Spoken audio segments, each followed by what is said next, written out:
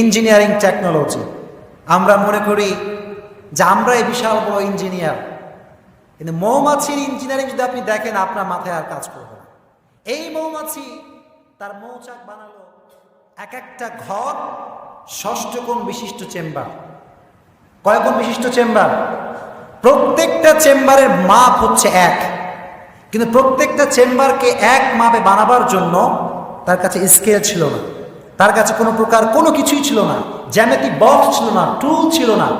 প্রত্যেকটা ঘরের স্কোপকে, প্রত্যেকটা ঘরের এই সংস্করণ সে একই মাপে করেছে। কোনো জায়গায় 1 ইঞ্চি পরিমাণ মাপে কম বেশি হয় নাই, বলেন সুবহানাল্লাহ। স্কেল নাই, মেশিন বক্স নাই, কিচ্ছু নাই, কিন্তু এমন একটা ইঞ্জিনিয়ারিং টেকনোলজি আল্লাহ তাকে শিক্ষা দিয়েছে, পুরো ঘরটাকে সে 6 কোণ বিশিষ্ট চেম্বার দিয়ে বানিয়েছে, কোথাও কোনো 1 ইঞ্চি কম হয় নাই, বলেন সুবহানাল্লাহ। আর এই ইঞ্জিনিয়ারিং টেকনোলজি আপনি যদি আরো দেখতে যান, আপনি যাবেন বাবুই পাখির কাছে। কোন পাখির কাছে? কবিতা পড়েন নাই? বাবুই পাখিরে ডাকি, বলিছে চড়াই, কুড়ে ঘরে থেকে করো শিল্পের বড়াই। এই কথাটা সত্য কথা, কারণ এই যে বাবুই পাখি তার বাসাটা বানালো চতুর্পাশ থেকে পাতা নিয়ে এসে, এই বাসাটা শুধুমাত্র বাসা নয়, এই বাসার ভিতরে বেডরুম আছে, ডাইনিং রুম আছে, মাস্টার বেডরুম আছে, বলেন সুবহানাল্লাহ। এই বাসার ভেতরে বাবুই পাখি এন্ট্রি নেয় নিচের দিক থেকে। কোন দিক থেকে এন্ট্রি নেয়? নিচের দিক থেকে। আবার যদি কোনো এক আক্রমণ ঘটে বাসার ভেতরে, ব্যাকডোর দিয়ে পালানোর ব্যবস্থাও বাবুই পাখির বাসায় করা আছে, বলেন সুবহানাল্লাহ। পড়েন, বিজ্ঞান নিয়ে পড়েন, জানতে পারবেন বিষয়গুলো। সবচেয়ে অবাক করা বিষয় হচ্ছে এই যে বাবুই পাখি এত সুন্দর হোম মেড করেছে, যেখানে বেডরুম আছে, ডাইনিং রুম আছে, মাস্টার বেডরুম আছে, নাই শুধু টয়লেট। নাই কি নাই? টয়লেট।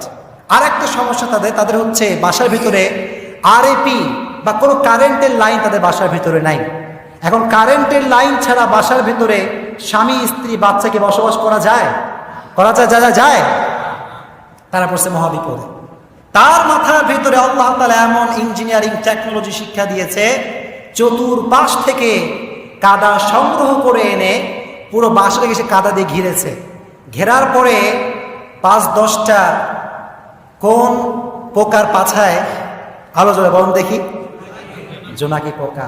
এই বাবুই পাখি চতুর্পাশে কাদা দিয়ে ঘিরে কয়েকটা জোনাকি পোকা ধরে এনে মাথা বের করে দিয়ে পাছা ভেতরে ঢুকাই দিয়েছে। অটোমেটিক্যালি তার ঘরের ভেতরে 0 লাইটের বাল্ব চালু হয়ে গিয়েছে, বলেন সুবহানাল্লাহ।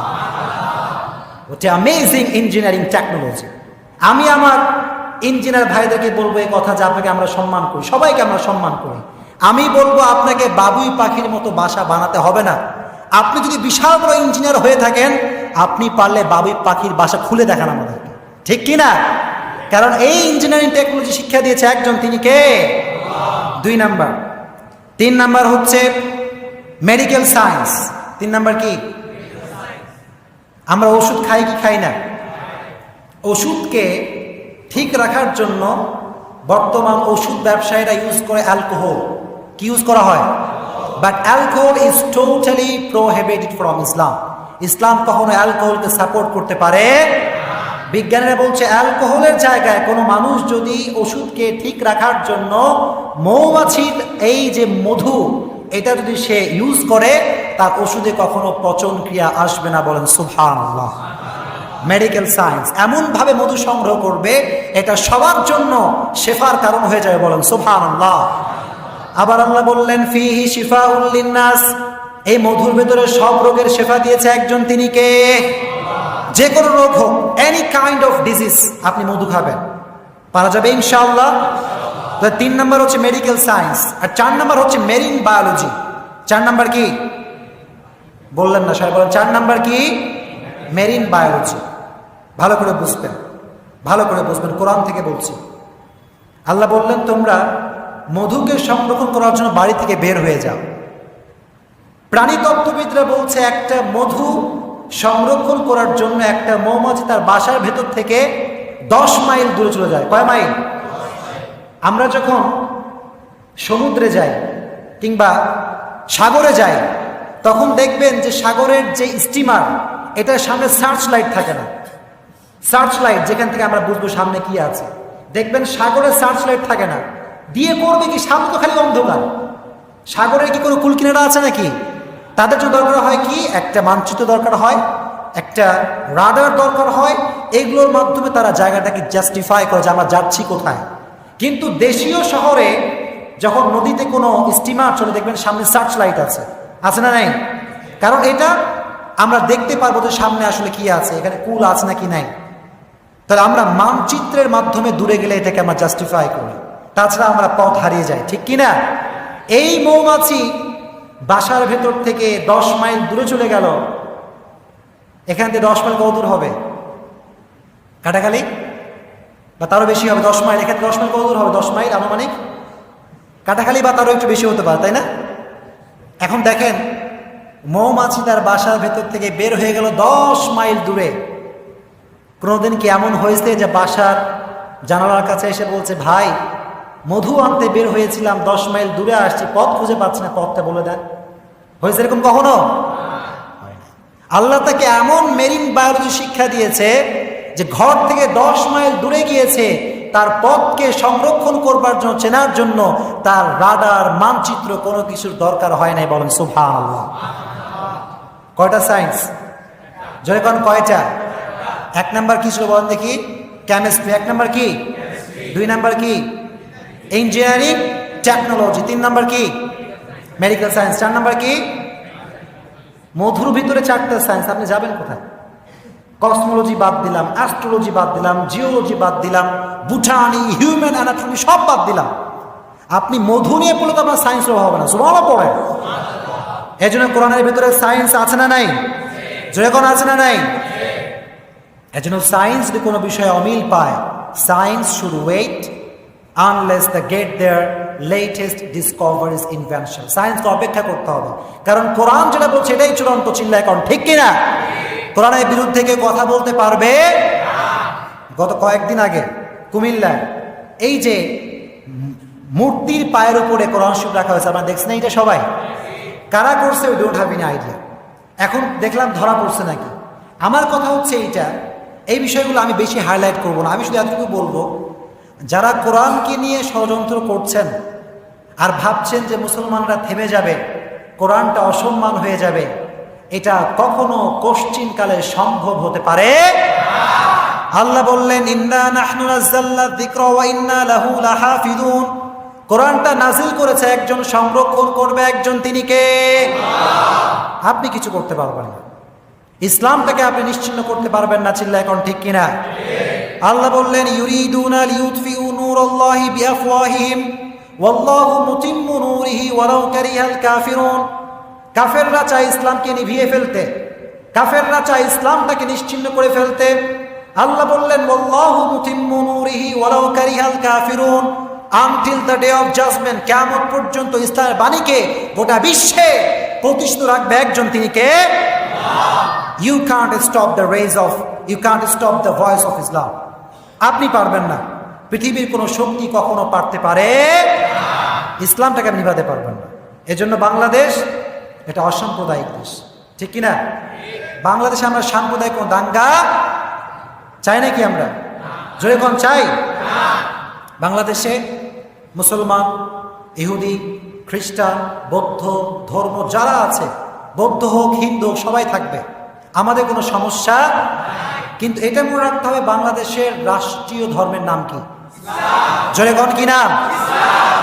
ইসলাম ধর্ম রাষ্ট্রে থাকবে, এই ক্ষেত্রে আপনাদের কোনো দ্বিমত আছে? যখন আছে, আমি আমার বক্তব্যে স্পষ্ট বলেছি। গত প্রশ্নে আমার চট্টগ্রাম প্রোগ্রাম ছিল, আমি ওখানে বলে আসছি যে কোনো দলকে আমরা খারাপ চোখে দেখি না। We love everyone as a human being, আমরা সবাইকে ভালোবাসি, ঠিক কিনা? হানাফি হোক, আহলে হাদিস হোক, সুন্নি হোক, কওমি হোক, আলিয়া হোক, we don't have any problem. আমরা মুসলমান, আমাদের মূল পরিচয় কি? কিন্তু আপনি মুসলমান ঘরের সন্তান হয়ে কখনো ইসলামের বিরুদ্ধে কথা বলতে পারেন? ইসলাম থাকবে ইনশাআল্লাহ। এখানে হিন্দু থাকবে, রাষ্ট্রীয় ধর্ম হিসেবে ইসলাম থাকবে, এটা ঠিক আছে, কিন্তু বাংলাদেশে সবাই থাকবে, ঠিক কিনা? এজন্য রংপুরে যারা হিন্দুদের ঘরকে পুড়িয়ে দিয়েছেন, এটা কি ইসলামের শিক্ষা? যেমন ইসলামের শিক্ষা এটা। আল্লাহ বললেন, ওয়ালা তাসুব্বুল্লাযীনা ইয়াদউনা মিন দুনিল্লাহ ফায়াসুব্বুল্লাহা আদওয়ান বিগাইরি ইলম। আল্লাহ বললেন মূর্তি পূজা যারা করে তাদের গালি দিও না। মূর্তি পূজা যারা করে তাদের গালি দেওয়া যাবে? তোমরা তোমাদেরটা পালন করো, আমরা আমাদেরটা পালন করবো, ঠিক কিনা? মুসলমান ঘরের সন্তান হিন্দুদের পূজায় গিয়ে গেঞ্জি খুলে ঢাকঢোল পিটিয়ে রং বেঁকে তামাশা করছে আর গানে গানে নাচছে, এটা কখনো একটা মুসলমান ঘরের সন্তানের কাজ হতে পারে? যখন হতে পারে? স্পষ্ট কথা এটা। আমরা সবাইকে সম্মান করি, ধর্ম বর্ণ নির্বিশেষে আমাদের জন্য সবার হৃদয়ে আমাদের ভালোবাসা আছে না নাই? যখন আছে না নাই? তার মানে এটা নয় যে আপনি সুবিধাবাদী জিন্দাবাদ হবেন, এটা কিন্তু হবে না। এটা হবে? মুসলমানদের রব একজন, তিনি কে? যখন তিনি কে? শিরকি কোনো কাজ কর্মে মুসলমান কখনো সম্পৃক্ত থাকতে পারে, এটা মনে রাখতে হবে। বাংলাদেশে কোন রকম কোনো সাম্প্রদায়িক দাঙ্গা আমরা চাই? আমরা চাই? যারা এগুলো করছেন তারা সরকারের খারাপ চান, তারা রাষ্ট্রের খারাপ চান, তারা বাংলাদেশের বদনাম চান, চিল্লা এখন ঠিক কিনা? আর এগুলো মিডিয়ার এমনভাবে কভার করছে মনে হচ্ছে আমরা তাকে জুলুম করছি। সংখ্যালঘুর উপরে জুলুম করা এটা কখনো ইসলামের শিক্ষা হতে পারে? তারা শান্তিতে থাকবে, এটা রাষ্ট্রের দায়িত্ব, জনগণের দায়িত্ব, ঠিক কিনা? এজন্য রাষ্ট্রীয় ধর্ম ইসলাম থাকবে, এটা আমাদের প্রাণের দাবি। সবাই একমত আমার সঙ্গে? একমত তো সবাই? শুধু আমি একমত না, প্রধানমন্ত্রী একমত, চিল্লা এখন ঠিক কিনা? বক্তব্য শোনেন আপনি প্রধানমন্ত্রী, ইউটিউব তো আমরাও চালাই, তো স্পষ্ট বলছেন বাংলাদেশ চলে মদিনার সনদে। কিসের সনদে? মদিনার সনদ কি ইসলাম না অন্য কিছু? বলেন, মদিনার সনদের নাম কি? বঙ্গবন্ধু স্বাধীনতার স্থপতি বঙ্গবন্ধু শেখ মুজিবুর রহমান বলেছেন, যে দেশের মানুষ হালের বলদকে বিক্রি করে হজ করতে যায় সে দেশে ইসলামকে বাদ দিয়ে অন্য কিছু চলবে না, চিল্লা এখন ঠিক কিনা? ইসলাম এদেশে থাকবেই, থাকবে কি থাকবে না? আমাদের কথা একটাই, আমরা সবাইকে ভালোবাসি, আমাদের কথা এক জায়গায়, ইসলাম। আমাদের কথা কোথায়? ইসলামের বিরুদ্ধে আপনি বলবেন, আপনি কোথাকার কে দেখার কোনো সময় আমাদের কথা বলেন, আমাদের কোনো সময়। আপনি ইসলামের পক্ষে, আমিও আপনার পক্ষে, আপনি ইসলামের বিপক্ষে, আমিও আপনার বিপক্ষে, চিল্লা এখন ঠিক কিনা? এমন থাকবে ইনশাআল্লাহ। এই জন্য কোরআনে বিজ্ঞান আছে না নাই? সাম্প্রদায়িক দাঙ্গা লাগানো যাবে না, এই কথা কোরআনে বলে দিয়েছে একজন, তিনি কে?